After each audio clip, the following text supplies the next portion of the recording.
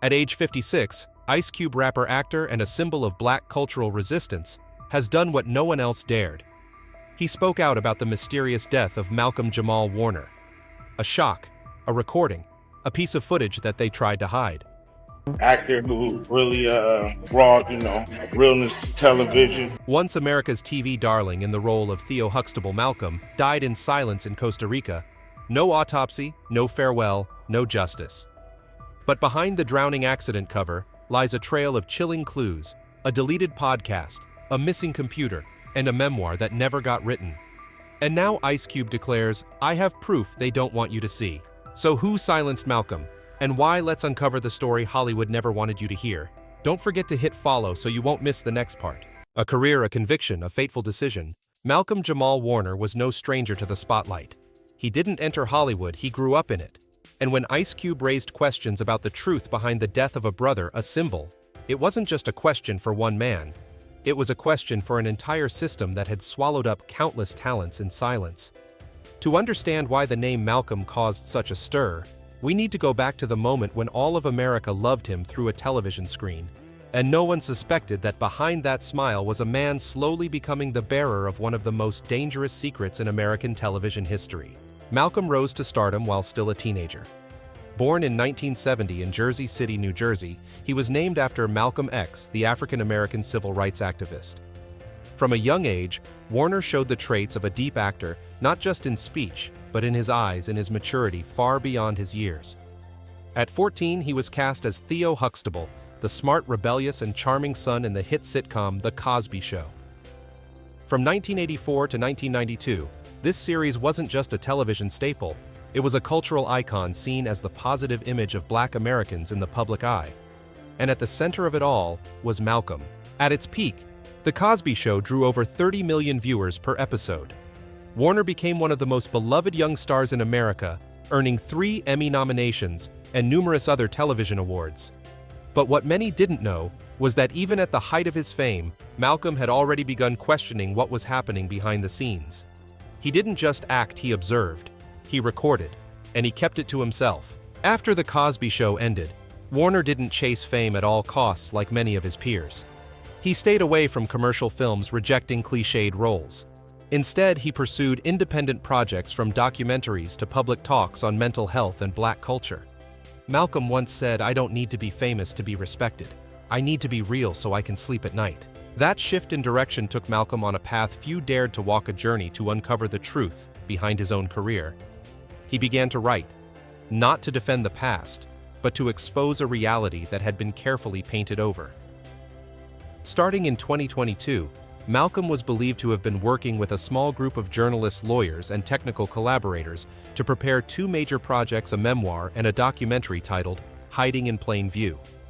According to a close assistant, the memoir manuscript exceeded 300 pages, containing internal documents, emails, testimonies, and deep analyses of how the media system, especially Hollywood, had manipulated the image and voice of Black people for decades. What made things dangerous was that Malcolm wasn't just targeting the system, he named individuals.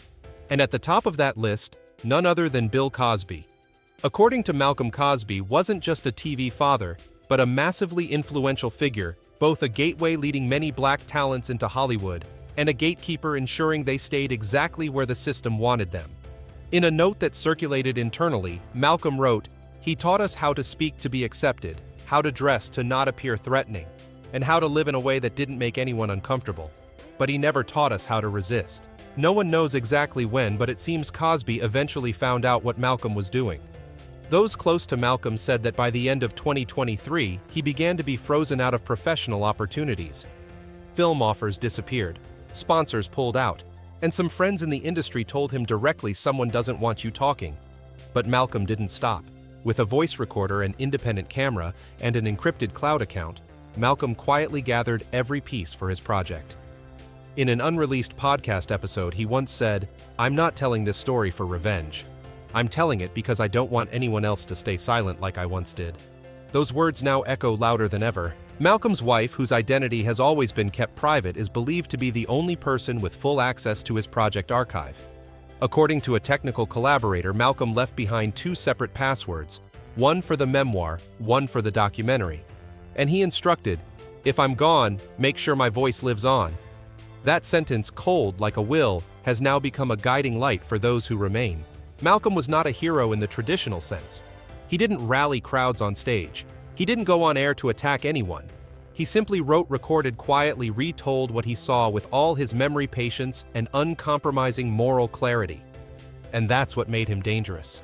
A man who knew too much, remembered too clearly, and refused to stay silent. Now, with Ice Cube declaring that he holds evidence Malcolm was silenced, everything begins to fit together like the final pieces of a buried puzzle. Malcolm's death may have been framed as an accident, but his journey from Theo Huxtable to the man who called out Hollywood is the most powerful indictment of a system he once called artificial light. And this is only the beginning. The final months. A journey into the danger zone. No one can pinpoint the exact moment Malcolm Jamal Warner began to change. There were no clear signs, no official announcements. But at some point, those closest to him began to notice. The once open, humorous man, a regular at community events, now seemed to be living with a nameless fear. Malcolm had always been private but never distant. He still attended mental health seminars, still blogged, still ran his personal podcast.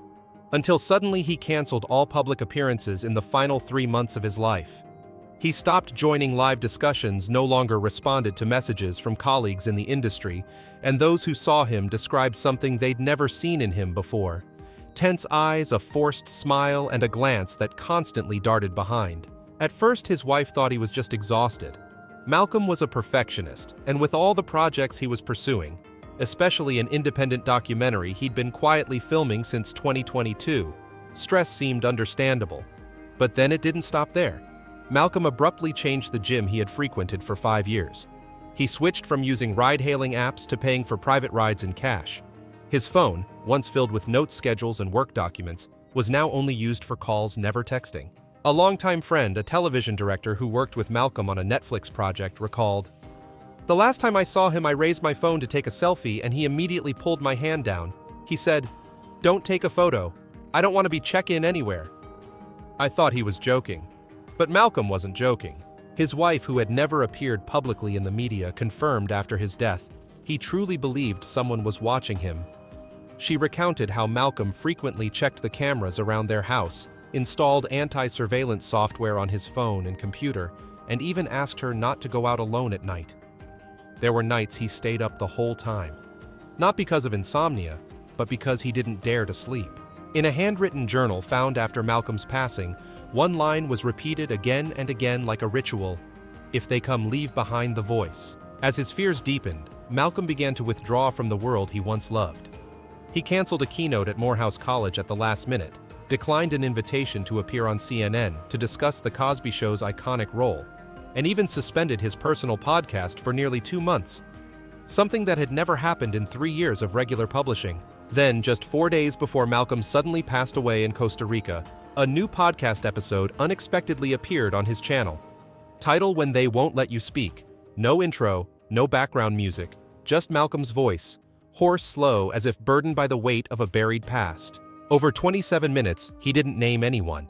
He spoke only of the system, of the collapse of trust, and of the exhaustion of living up to others' expectations. One quote that was widely shared before the episode was taken down just 12 hours after it went live.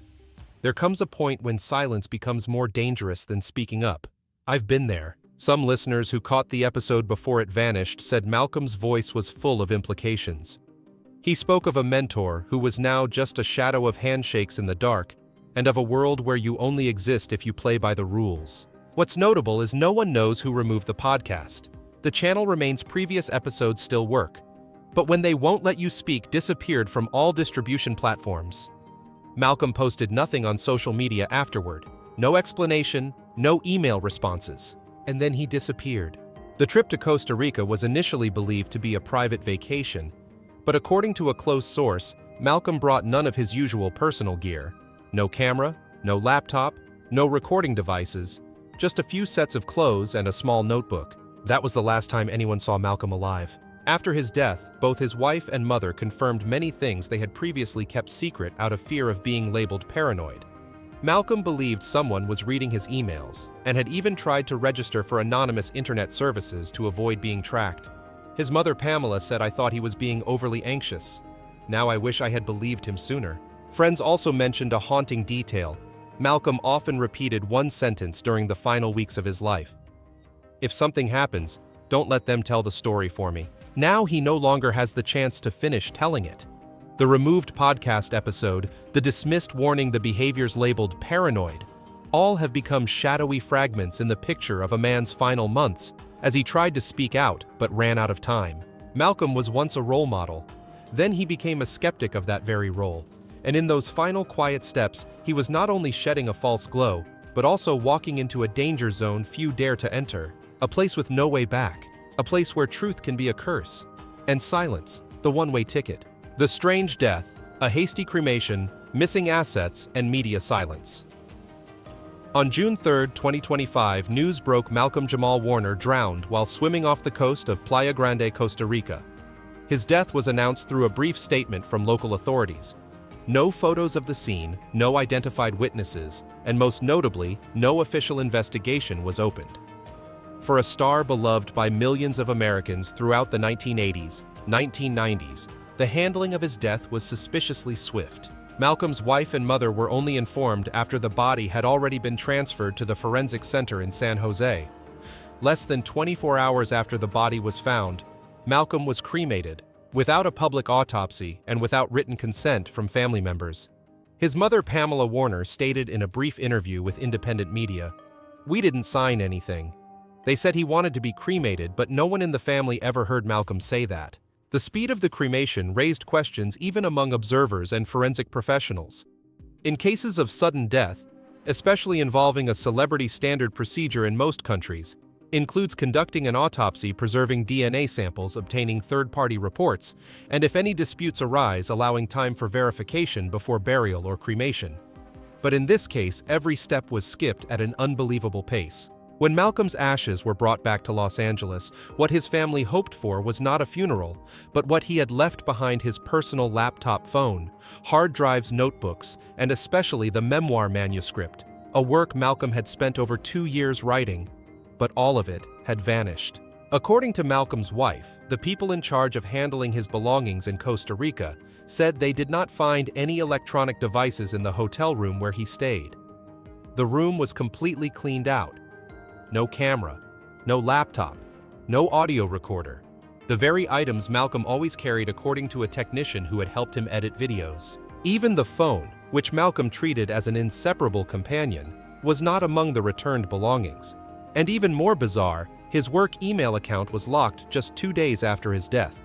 When his wife tried to access it, she received a notice that the account had been disabled for security reasons by user request or legal representative. But Malcolm never appointed any legal representative to manage his digital assets. And no one, not even his relatives, has been able to regain access since then. On top of that, backup copies of his projects stored in the cloud suddenly became unavailable.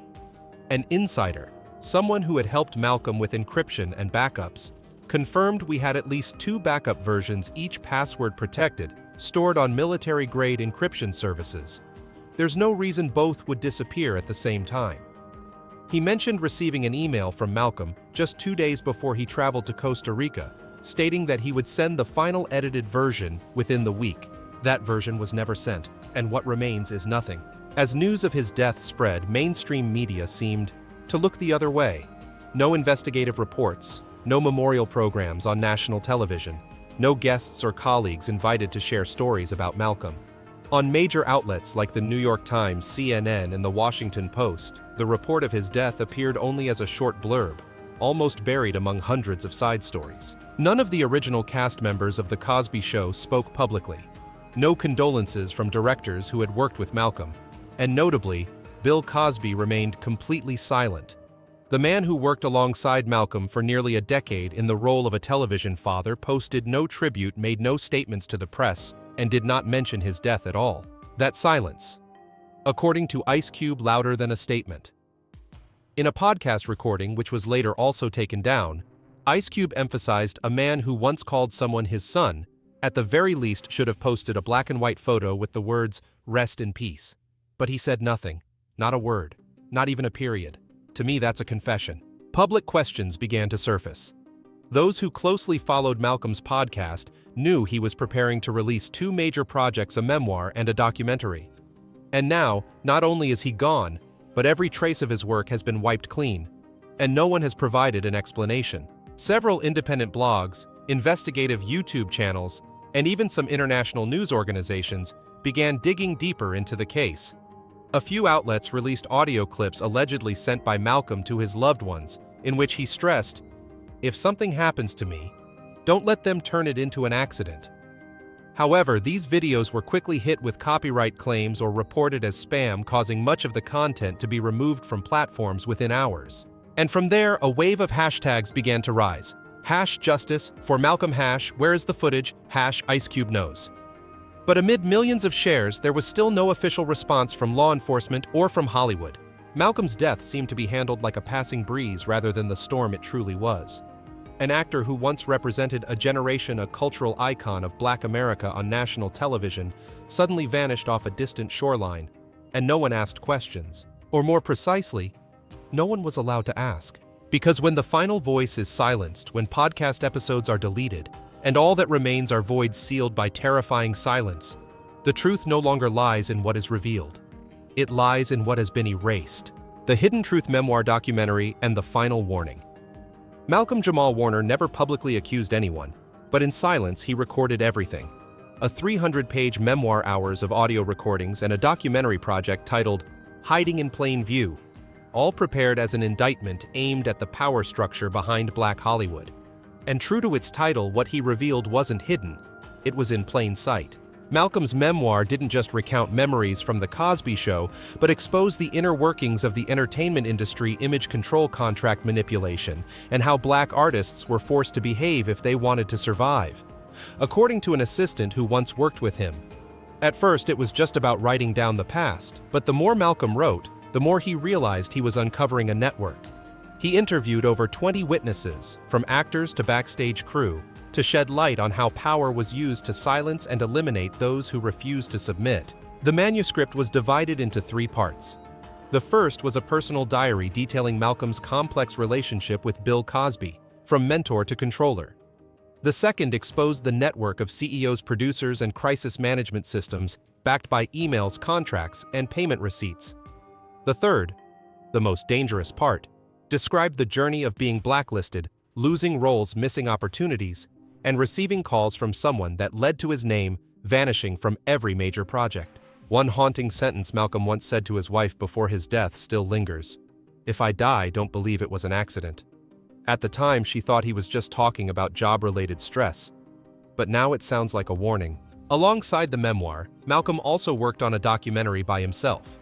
No crew, no producers, just him filming interviews with artists who had been erased from the industry, in cars, cafes, hourly studios. The project was broken into segments, encrypted and stored on the cloud, with 2 separate passwords split between 2 trusted contacts. That was his way of making sure that if something happened, a part of the truth might still survive, a technical collaborator revealed. After Malcolm's death, an incomplete backup was found on a hard drive locked in a metal box at an old studio in Burbank. That studio is now sealed off under digital asset audit. Meanwhile, the handwritten manuscript, once kept in a safe at his home, was confiscated for investigation and has yet to be returned with no paperwork and no official notice. Even in fragments, what remains of Malcolm's project is enough to shake foundations. Ice Cube once said in a now-deleted private conversation, "If that footage gets released, if what Malcolm wrote is recovered, this won't just be a scandal. It'll be the collapse of the whole system Hollywood uses to control Black artists." And maybe that's exactly what someone tried to prevent. But the truth, as Malcolm once wrote in the manuscript, it doesn't need to run. It just needs to wait for the right eyes. The only question left is, are we ready to see it? When everyone stayed silent, Ice Cube spoke, not through a flashy press conference, not with a carefully crafted speech, but through a raw 9-minute video poorly edited, uploaded on an independent platform, where he looked straight into the camera and said, "I know what Malcolm told me. I know he was scared. And I know he didn't die naturally." From that moment on, Hollywood's long silence was broken. Ice Cube isn't just a rapper. He's not only the founder of NWA, a group that helped define hip-hop as a force against systemic oppression. He's a man of truths that don't go down easy. And for years, Cube remained calm, scandal-free, never chasing the spotlight. Yet now he had become the face of a new resistance movement, one carrying the ghost of an old friend, Malcolm Jamal Warner. Few knew that Cube and Malcolm shared a decades-long bond. Quiet, private, never publicized. But according to Cube, they often met in private conversations to discuss strategies on how to speak the truth without getting erased from the industry.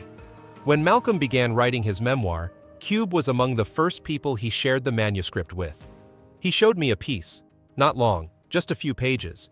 But I knew if he ever released the whole thing, someone would try to bury it, Cube said in a leaked backstage interview that was never aired. Malcolm told Cube he felt watched, that his phone showed signs of surveillance, that emails he sent never reached their recipients. He spoke of a strange meeting with a famous director where there was no script, no production plan, just a soft suggestion. Maybe you should step back and let things sleep. Cube didn't see any of that as paranoia, especially not after Malcolm died, and a wave of irregularities surfaced, the body cremated hastily, devices gone, accounts locked. But the breaking point came when Cube received a USB drive from an unnamed associate, someone who had helped Malcolm with cloud storage. That USB contained metadata logs, deleted emails, and login entries from unidentified IP addresses, all linked to Malcolm's cloud account within 48 hours of his death. According to Cube, there were at least 5 unauthorized access attempts on the files hiding in Plainview Final Draft.mp4 and HJW Journal Part 3.docs, both of which disappeared permanently from the cloud afterward. But that wasn't all. From the same source, Cube received a nearly 2-minute audio recording allegedly extracted from a Zoom call between 3 media advisors closely tied to Bill Cosby. In the clip, still not publicly released, a man can be heard saying, "We need to handle this before it blows up. That kid can't go any further." Another deeper voice replies, "If needed, I know someone who can take care of it." Quietly clean. No names were spoken. No one said Malcolm or Cosby. But according to Cube, one of the voices matched a senior executive from a media company that had worked with Cosby on image rehabilitation campaigns after his sexual assault scandals. Cube never released the full recording. He only played an 11-second snippet during an interview with an independent journalist. The very next day, that journalist's YouTube channel was taken down. Every related piece of content vanished from the internet, including backups stored on mirror platforms. "That's when I knew I had to do this myself," Cube said. He formed his own team. Not a traditional investigative squad, but a unit of cybersecurity engineers, independent producers, lawyers, and former journalists. Their mission to reconstruct the entire Hiding in Plain View project and tell the story Malcolm never got to finish. During this process, Cube claimed he was being watched. Strange cars parked in front of his home every week. A stranger knocked on his door at 3 a.m., leaving a slip of paper that read, "Some secrets are worth keeping." His emails began getting blocked. His social media accounts were frequently flagged. But Ice Cube didn't back down. On the contrary, he began producing a new documentary of his own titled "Rewrite Me If You Dare," a direct declaration of war against the forces that tried to control Malcolm's legacy. This project won't premiere on Netflix, HBO, or any mainstream platform. Cube chose to release it via encrypted independent channels and to organize tightly controlled community screenings. "I don't need Hollywood's approval," he said.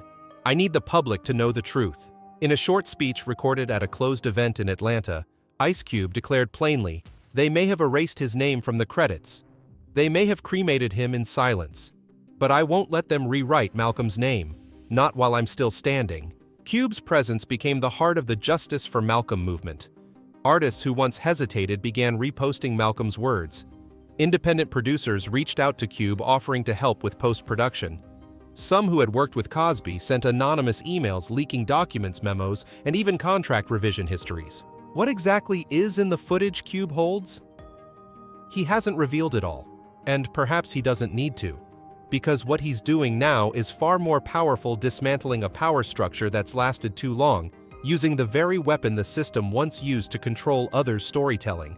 No scandals, no crocodile tears, no red carpets. Only the truth, raw, unpolished, and no longer willing to be buried. Malcolm Jamal Warner lived his life in the spotlight, but he died in the shadows. Now Ice Cube is turning the light back so we can all finally see what was buried wasn't just a piece of footage. It was a warning. Chain reaction. When Hollywood could no longer stay silent. When Ice Cube released the first audio clip from the Rewrite Me If You Dare project, he didn't just ignite a debate, He opened a door that Hollywood had tried to keep shut for nearly a year. Until then, the death of Malcolm Jamal Warner had been treated by the media as a tragic accident quickly swept into oblivion. But within 48 hours of the clip spreading across forums and independent platforms, the first signs of a quiet awakening wave began to ripple. The first to speak up was Reggie Morgan, a documentary filmmaker who had worked with Malcolm in 2022. On a modestly followed YouTube channel, he recounted, "He told me something wasn't right. Malcolm believed he was being watched not by fans or paparazzi, but by the very people who once signed his contracts." The video lasted just 12 minutes, yet racked up over 2 million views overnight. Soon after, a female screenwriter who had worked at the production company behind The Cosby Show shared on an independent podcast, "I wasn't surprised when I heard Cube speak. We used to have an internal email group, and one day Malcolm's name just disappeared from the list, no explanation, as if someone tried to erase him from the system." Even more striking was the quiet yet pointed response from those who had once shared the spotlight with Malcolm. A veteran Emmy-winning actor unexpectedly tweeted just 3 words, "He was right." No context, no citation, but the post immediately went viral and was deleted within 3 hours. Still, thousands of screenshots had already spread, standing as proof that the story could no longer be buried. A series of independent news channels began retracing the timeline: Malcolm's abrupt withdrawal from film projects, the takedown of the When They Won't Let You Speak podcast episode, and Ice Cube's appearance at Malcolm's home just weeks before his death. What began as whispers had now become a wave, and that wave was crashing toward the heart of an industry once proud to be a beacon of light, but now revealed to be harboring some of the darkest shadows. Hollywood could no longer remain silent, not because it wanted to speak, but because now it couldn't not speak. They called it an accident. Ice Cube called it an ending not written by its rightful hand. And the rest of Hollywood, they've finally started asking the questions that should have been asked long ago. Malcolm Jamal Warner was more than just an actor. He was a silenced voice, a buried truth, a wake-up call to those who once believed that talent and ideals alone could protect them within the machinery of power. If this story resonates with you, don't stay silent the way they did. Like, share, and subscribe to the channel so we can expose what's being hidden in plain sight together. Because sometimes to see the truth most clearly, we have to look into the darkest place. All data, analysis, and commentary in this video are presented based on information available at the time of production. The content is subject to change over time and should not be considered a definitive forecast. There is still so much more to explore: stories of resilience, legacy, and truth. Feel free to dive into some of our top recommended videos now appearing on your screen.